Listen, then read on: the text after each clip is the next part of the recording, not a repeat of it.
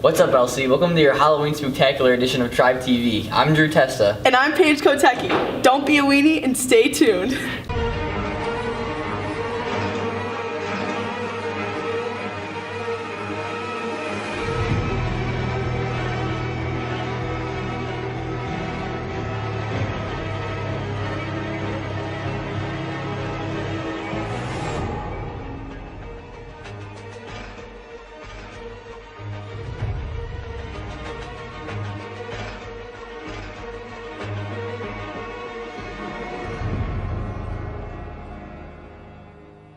So, Paige, what are some of your favorite Halloween memories? Well, actually, when I was younger, I dressed up as Hermione from Harry Potter for 5 years in a row.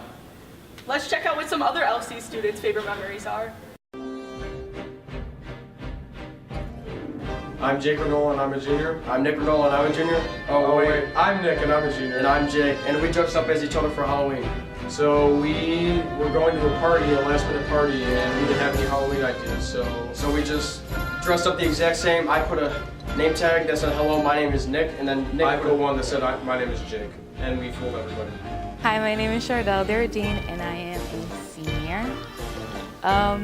One of the years, me and my brother were passing out Halloween candy for the kids, and we ran out, and so at the end of the night, these kids came, and we gave them apples and water, and they threw them at our house because they were really mad. Hi, I'm Haley. I'm a senior, and my scariest Halloween memory was probably when I was like 6 or 7 years old. It was after trick-or-treating, and all my neighbors, we were at my house in the living room, and we heard a knock at the window, and we're like, what is that? Looked through the window, and something was climbing through, and it was so scary. I just remember my life was in danger. I didn't know what to do. So then after we got scared, we just realized that it was my neighbor in a gorilla costume. Hi, I'm Megan O'Donnell, I'm a senior. I'm Michael O'Donnell, I'm also a senior. My favorite Halloween memory would probably be when my parents would dress us up like raccoons, so we'd always be twinning. It was really cute. Yeah. My favorite Halloween story is me staring at my sister with a boat air horn I got from a Home Depot, and I'd scare her when she's doing her makeup, and she'd scream pretty loud. I'm Sydney Smith and I'm a senior. And my favorite Halloween memory was when I was 7 years old and I was at a trunk or treat and I got in the wrong car with the wrong family. I was dressed as a Barbie as the same girl next to me, and I got in the wrong car with her family. The word on Main Street is that Lake Central is actually haunted. Let's get the written account from some teachers. This is the story of the ghost of Lake Central. This is the story of the ghost of Lake Central. This is the story of the ghost of Lake Central. This is a story about the ghost at Lake Central High School. A long time ago in 1967, Lake Central High School was being built. It took a lot of workers to make this large school. With all the construction that was going on, everything was going surprisingly good. A construction worker named Eugene Edwards was coming back from his lunch break. Eugene was going back to his post. They were putting in the new stands for the football field. Everything was happening so fast that Eugene couldn't see it coming. Eugene wasn't paying attention and was too focused on the blueprints for the football field. In a matter, Eugene was crushed by the football stands. As time was passing, the football field was finally finished and the new school was done. The first football game was happening at the new field. During the football game, there were footprints on the field when no one was on it. No one noticed it until the next day, as there were more footprints on the field. At 10:21, there was a gym class going on the football field. The class was kickball. In the middle of the class, there wasn't a sound or feel of wind, and all of a sudden, the field goal post was shaking left and right. The next Friday night, there was another football game at Lake Central, but this time something unexpected happened. As the game was going on, the field began to tremble and tremble. The next day, everyone was going crazy about, as there was a rumor about Eugene dying under the new football field during the construction. That's where the name of the football field began to be called the Burial Grounds. It wasn't just the football field where there was weird stuff going on. It seemed like the ghost of Eugene Edwards was now roaming the halls of LC. During passing period, the halls were filled with students, and as the students were walking, the garbage cans began to fall and students were scared. The next day, students felt bursts of wind from Eugene the ghost, and the students had no idea what this was. Soon, there was a meeting about all the weird activity going on around the school, and decided that Eugene the ghost was haunting Lake Central. So you see, anything weird or unexpected happens at school, or the school be freezing cold, it's Eugene's ghost.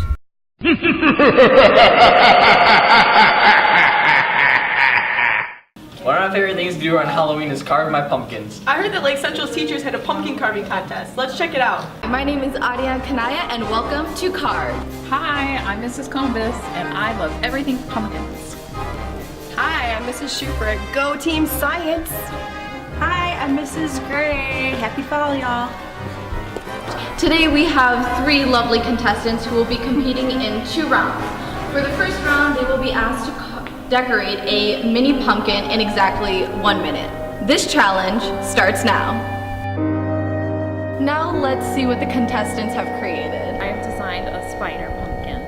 I have a vampire pumpkin. This was like the Cinderella pumpkin. I really like the legs and the use of bending the pipe cleaners to get, a more lively look.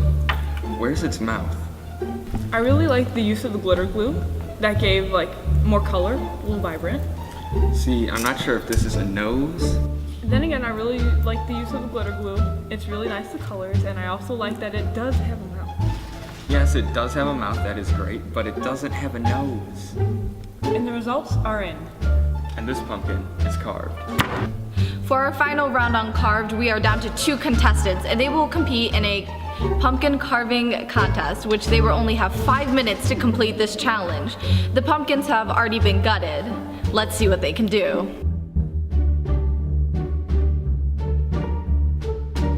What have you created? So I created today a ghost, and I wanted to give him a little extra flair. So he's wearing a top hat with a little bit of a feather leaf combo for the fall. It's in the nice red category. And I thought he needed just a little something special, so he's got a little eyeliner going, some eyelashes to help pop those beautiful eyes of his. This is great. What have you created? I created the puking pumpkin, and he was really sick. I really liked how this pumpkin contrasted to your one of the last round, which was a vampire, 2 completely different creatures. This is great. I really liked your use of the pumpkin guts. It was kind of gross, but kind of cool at the same time. Josh, what did you think? It's pretty beautiful. And I liked how you used in the last round the green pipe cleaners because you used it again. So it's really consistent. And the final results are in. This pumpkin has been carved. And this is great. You are our winner. Yay! Here's your prize. What are your thoughts on winning today's competition? It was extremely tough. It was, cutthroat towards the end. Schubert, she was very hard. We were down to the neck, so. This Shellys room is looking pretty spooky this Halloween season. Let's get this spectacular edition of Cribs rolling.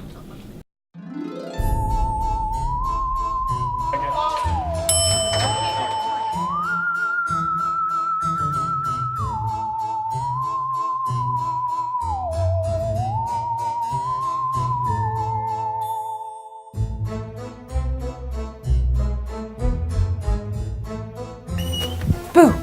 Hi, I'm Miss Schilling. Welcome to my Dungeon of Learning. Welcome to my crib. This is my Jane Eyre extravaganza unit. I went all out for this. This is what $6 gets you at the dollar store.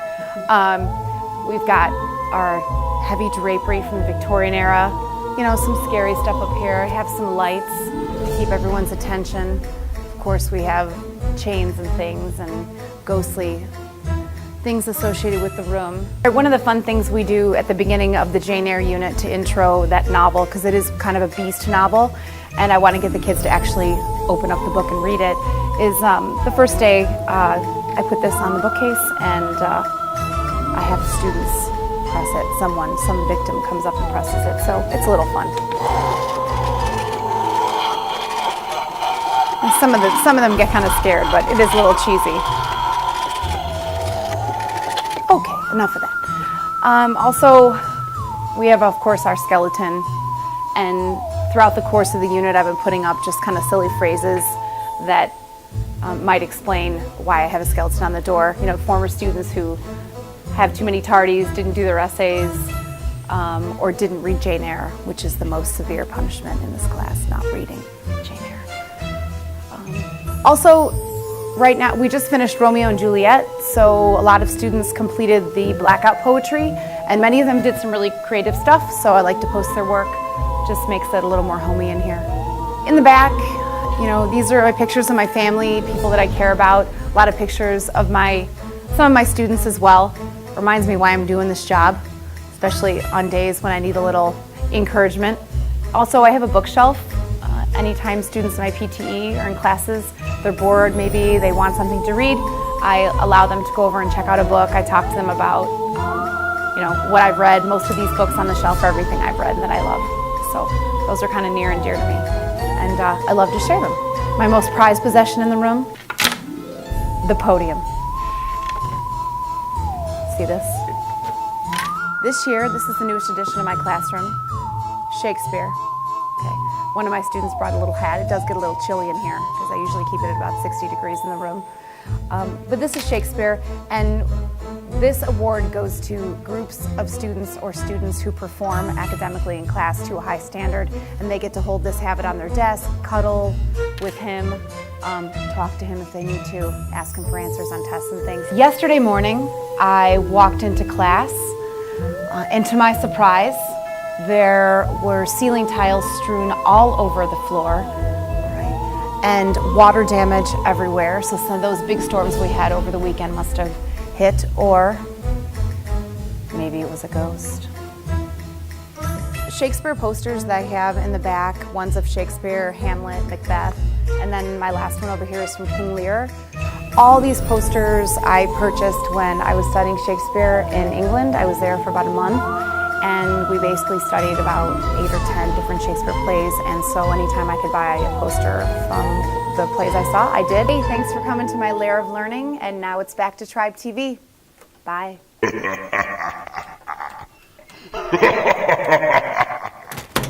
LC students have the latest and greatest for what's going on with Halloween and Candy 2017.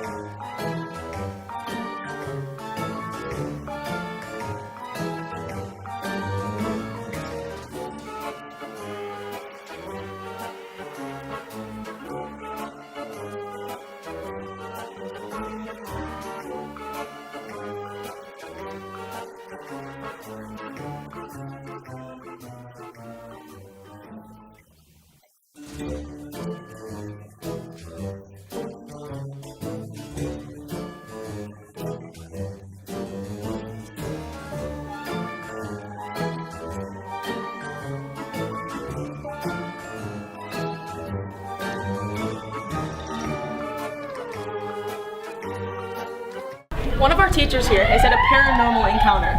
Let's hear her story.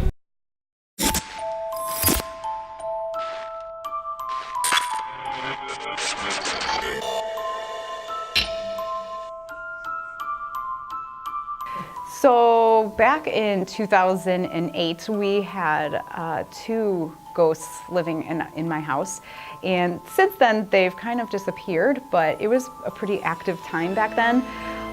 There were 2 of them. One was named Todd, and he was the tricky ghost.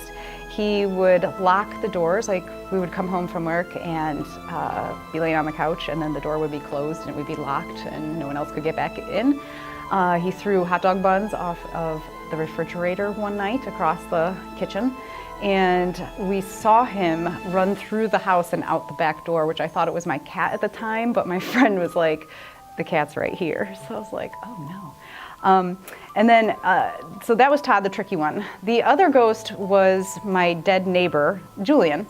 I had two older Polish people live next door, and Julian passed away from cancer. And a couple of months after he passed away, I had a 3-year-old boy living with me. And he kept sitting, like he would be sitting in the living room and he'd be pointing at the walls, said, the mailman's there, he's gonna get you. And we were like, what is he talking about? And then he'd be taking a bath and he'd point out the window, the mailman's out there, he's gonna get you. And so we started to get a little creeped out. And one time we were in the car, we had the sunroof open, and this little boy was like, the mailman's up there, he's flying with us, he's protecting us. We're like, what? So one day, one of my roommates took the little boy over next door to visit the old lady. And you know, she always gave him cookies and stuff, and he was in the house, and he walked down the hallway, and he looked into the bedroom, and he pointed and he said, the mailman's sleeping in there. And that's where Julian had died. And so it creeped my roommate out, and she brought him back home, told us the story, and I was like, oh my gosh, like, keep in mind, this 3-year-old boy never met this man. And I went and dug into my computer. I had one picture of my neighbor Julian, and he had this blue baseball cap on. He always had a hat on when he was working outside. Very nice man. And I brought it up, and I had, you know, all my friends in the living room, and I showed him this picture. I'm like, Anthony, come here. I was like, do you know this guy? And he said, that's a mailman. Get him out of there. I want to go play with him. And I want to go to Josephine's house. And he started running out the door to like go play with the mailman, but he had died. So that's how we figured out that the second ghost was my neighbor.